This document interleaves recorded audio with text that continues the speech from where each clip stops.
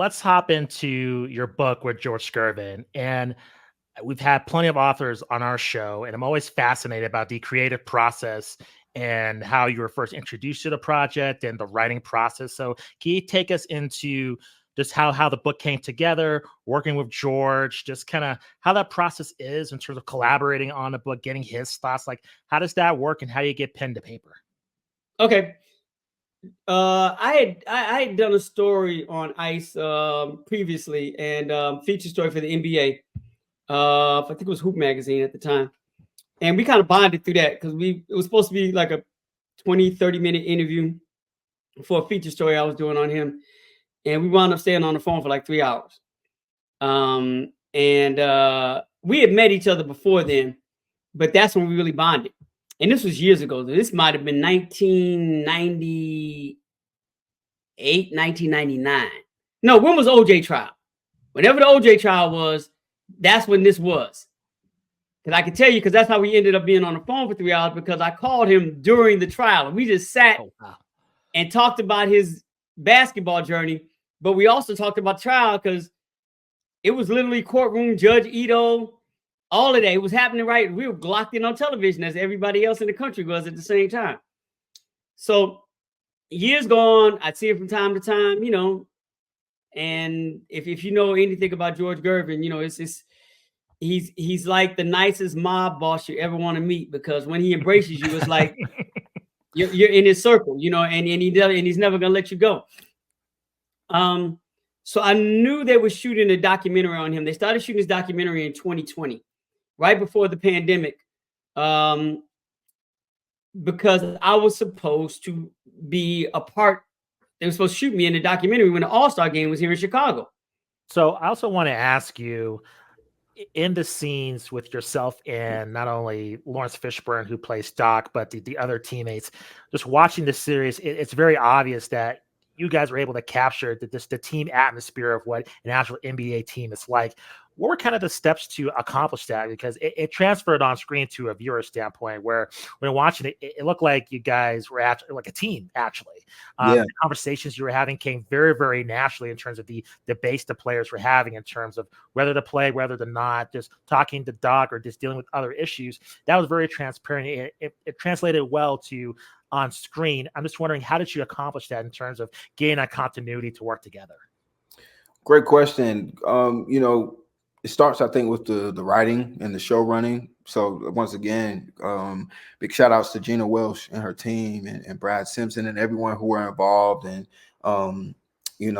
Divine, Zane Divine, all of our producers and writers, I think, did a lot of research, into what they put on the page.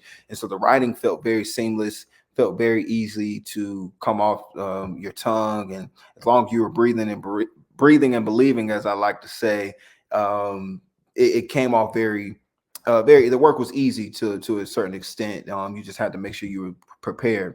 Basketball of it all was like, probably a little more of the tougher part and longer days. And, a lot of us aren't in our 20s portraying these characters when they're, late 20, so, you're a little older, try to run up and down that court and keep your body and endurance together, the stamina of it all. But it was fun, man. We started maybe 3 weeks before we started shooting, having these little mini basketball camps. And so you show up when you can. It wasn't mandatory that you had to be there every day, but they were pretty much doing something every day, starting at about 8 in the morning.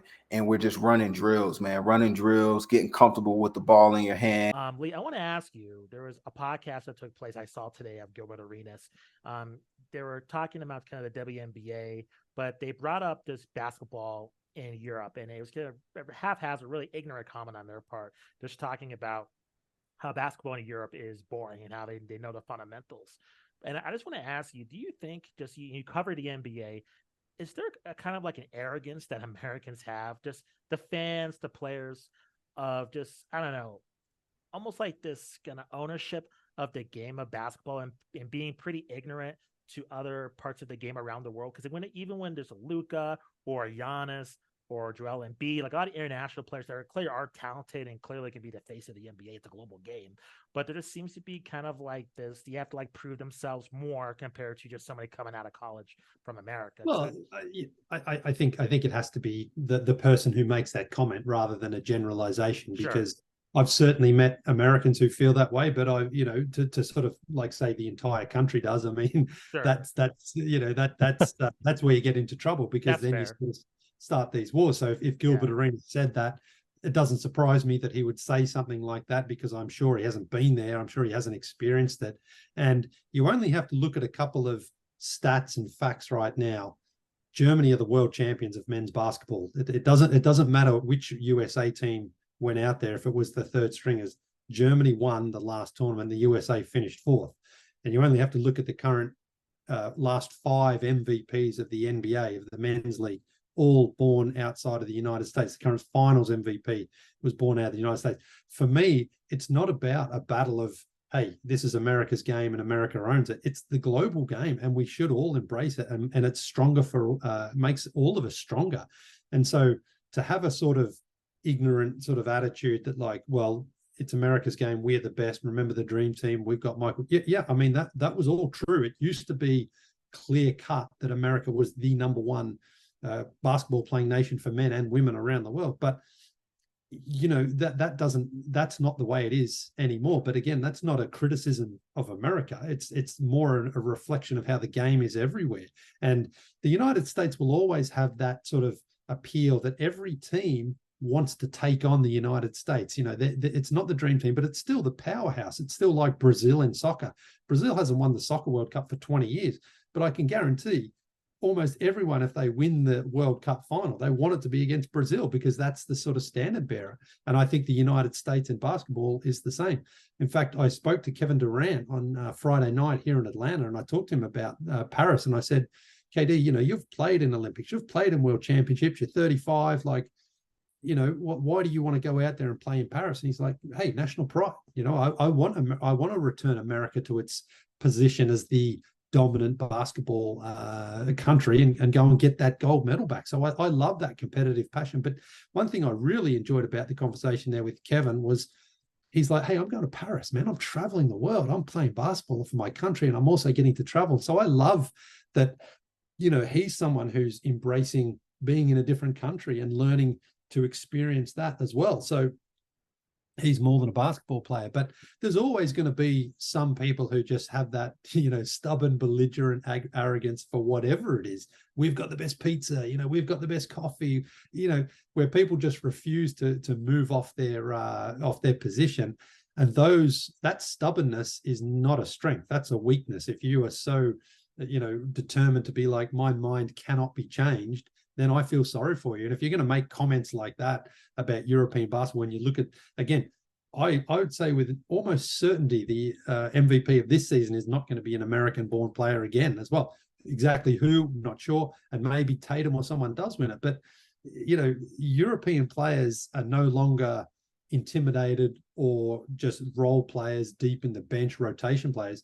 Victor Wembanyama was the number one pick in the draft, well over 12 months before the Spurs chose him. So most NBA teams now are like, hey, if there's talent out there, we don't care where it's from. We just want the best players. And that's the way it is. So look, Gilbert, I mean, if you were to sort of go through his podcast, there's lots of crazy stuff he said. And it's just disappointing to me that someone would still take that, like, we're the best, no one can touch us approach, when it's simply not true factually or statistically anymore.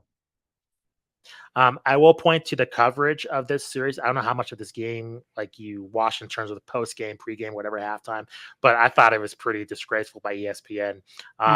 Super Knicks bias. Just the whole, I don't know if you caught it, Stephen A. They showed him walking into the arena like he's a player.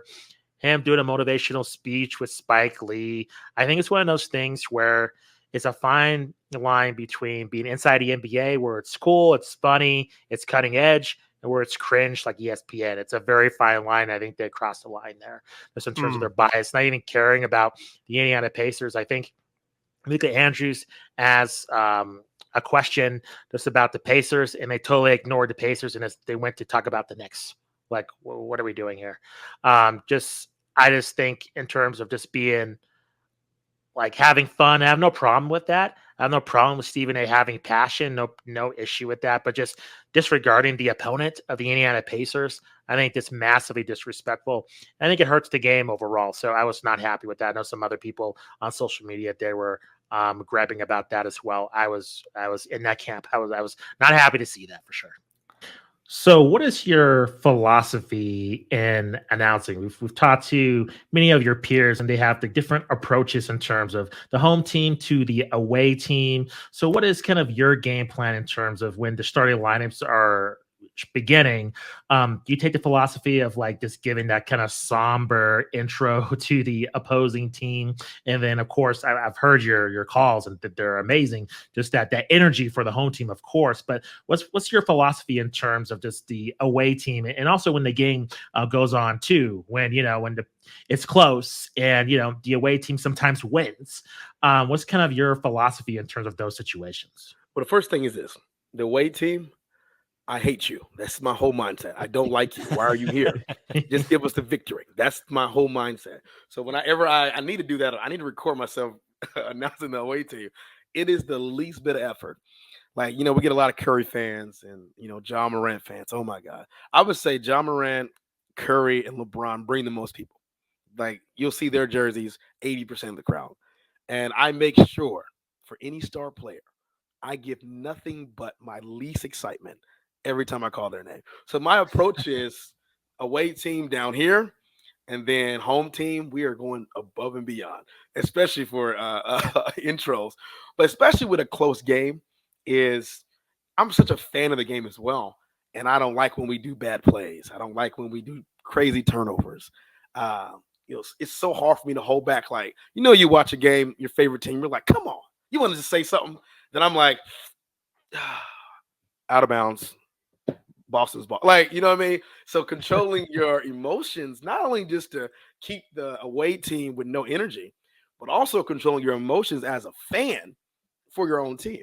Because fans that cheer for the good plays are the ones that are loud and angry for the bad plays as well. So balancing that, it took me like a couple games to like make sure I never show emotion for bad plays. But my approach, man, is just to make sure the crowd knows I hate the other team. I get tweets all the time, especially I'm a big LeBron fan. I love LeBron, but when he's here, you would think I hate him. Somebody like people on Twitter. I remember the first game I did LeBron, and it was like 7 people on Twitter like Troy Pepper hates LeBron. He's such a hater of LeBron, and I wanted to reply like, "No, guys, I love him. Like I'm just doing my job because every time he would score, LeBron James, you know what I mean? Just very. One time he dunked, and everybody went crazy. I'm like, LeBron James. Like, just keep it. So I make sure that they know I'm a diehard and the opposing team is just, I hate you. That's the whole goal.